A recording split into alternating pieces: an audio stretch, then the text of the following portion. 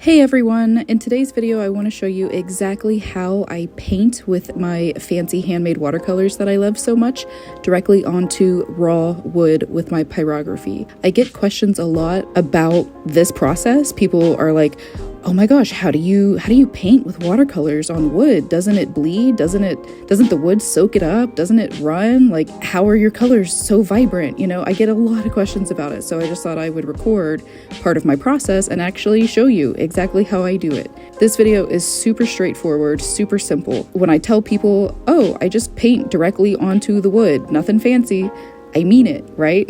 So here I am. I have my watercolors all activated and ready to go off to the side, and I'm just painting directly onto the wood. I do not use any kind of primer or anything like that, no watercolor ground. It's literally just the raw wood, and I have my watercolors and I don't add anything fancy to them either. Usually when I'm painting with watercolors on wood like this, I keep the watercolors pretty thick. I don't dilute them and water them down like most people assume you should do with watercolors. Like, that's a comment that I get all the time, is like, oh, the color is so opaque, it's so vibrant, that's watercolors, really? Like, yeah, I just don't use a lot of water. As you can see here, like, there's enough water that I can move it around and it's a little bit runny, but it's not so wet that it's bleeding over my Woodburn lines. It's not running along the grain or anything. Over the years, I have found the sweet spot when it comes to how much water to add to the watercolors. I don't want a thin, sheer layer of watercolors. I really want it to look thick and opaque and vibrant, and I want it to pop. So there's a sweet spot where you can't add too much water, but you can't have too little water. All the different watercolors that I have, some of them aren't the same. So some of them require like an extra drop of water, and some require a little bit less. Some watercolors I really have to agitate and stir them around in their little pans to get them to loosen up the way I want to.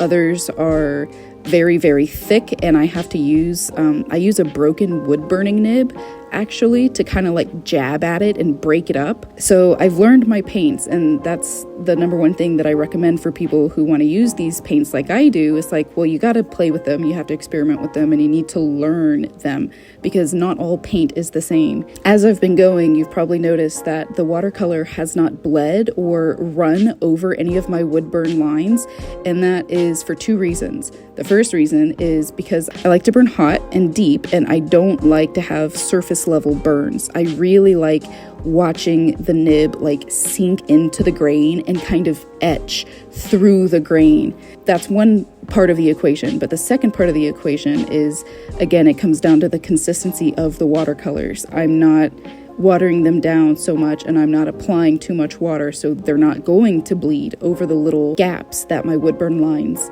have made.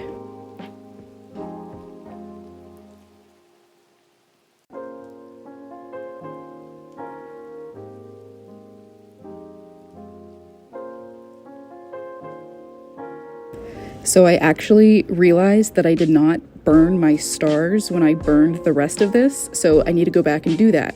So that's what I'm doing now. I'm burning my stars very carefully, and I'm not letting my hand rest. Otherwise, it would kind of like touch the bud vase and it would ruin the watercolors. So I'm hovering my hand while delicately trying to not touch the wood, but still get a good burn. Definitely should have done this part before, but that's okay.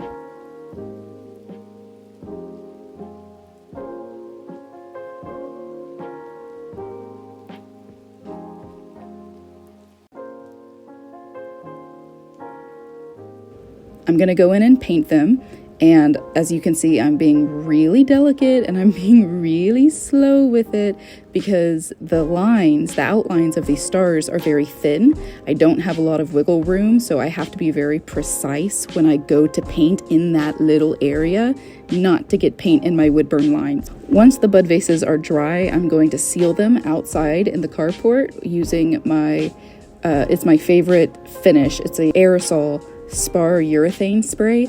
I'll have it linked in the comments so you can go check that out if you want to see the exact finish that I use for my bud vases. But yeah, other than that, I think that's it for this video. Thank you so much for watching. If you have any questions or comments, feel free to drop them below. I always try to check the comments on all my videos. And yeah, thanks guys. Bye.